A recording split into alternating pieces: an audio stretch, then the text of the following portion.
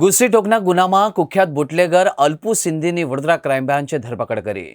Bootlegger સામે 55 જેટલા prohibition સહિતના ગુનાઓ નોંધાયા હતા। હરિયાણાથી બાતમીના આધારે પીજીમાં રહેતા અલ્પુ સિંધીની ધરપકડ કરાઈ। પોલીસને છેલ્લા 3 મહિનાથી આપતો હતો હાથ થાળી। ટેકનિકલ અને હ્યુમન સોર્સિસથી ઝડપાયો। મે મહિનામાં 8 વ્યક્તિઓ સામે ગુસ્સીટોકનો ગુનો નોંધાયો હતો। હાલ 2 ગુનેગારોની ધરપકડ બાકી છે। કુલ 6 આરોપીની ધરપકડ। મધ્ય ગુજરાતમાં લીકર કિંગ તરીકે પ્રખ્યાત હોવાની પણ ચર્ચાઓ છે। વડોદરા શહેરના પોલીસ કમિશનર શ્રી નરસિંહ કુમાર સાહેબ વડોદરા શહેરમાં શરીર સંબંધી અને પ્રોહિબિશન દારૂ સપ્લાય કરતી ગેંગો ઉપર ગુસ્સીટોકના ગુના હેઠળ સકંજો લીધી દીધો। એના અનુસંધાને એક આ ભારસિયા પોલીસ સ્ટેશન હદમાં રહેતો લિસ્ટેડ બુટલેગર અલ્પુ સિંધી પોતાના સાગરીતો મારફતે વિપુલ માત્રામાં વડોદરા શહેરની અંદર અને તેના આજુબાજુના વિસ્તારોની અંદર દારૂનું સપ્લાય કરતો હતો। આ અનુસંધાને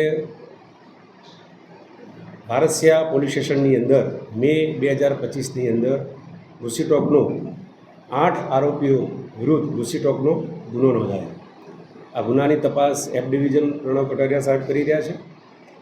જે તે વખતે 5 આરોપીઓની ધરપકડ કરેલી અને આ 5 આરોપીઓ હાલ જ્યુડિશિયલ કસ્ટડી જેલમાં છે।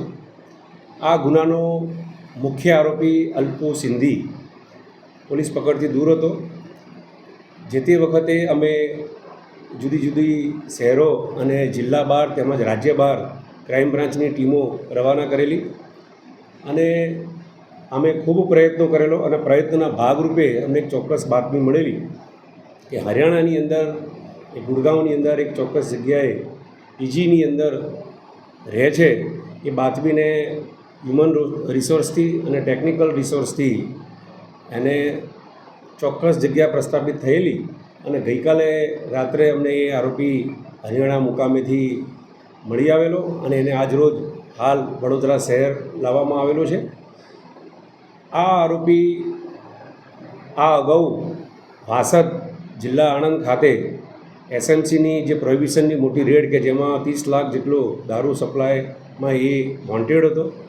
એ સિવાય ફતેગંજની અંદર ફતેગંજ બ્રિજ ખાતે જે હેરી સિંધી છે એ પણ લિસ્ટેડ બુટલેગર છે।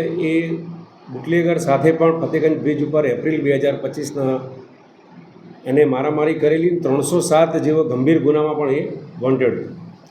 એકંદરે હાલ એના વિરુદ્ધમાં 52 જેટલા ગુના નોંધાયેલા છે, જે મહદઅંશે પ્રોહિબિશન ધારા હેઠળના તેમજ 307 ખૂનની કોશિશ, મારામારી, ખંડણી જેવા ગંભીર ગુનાઓમાં એ સંડોવાયેલો છે।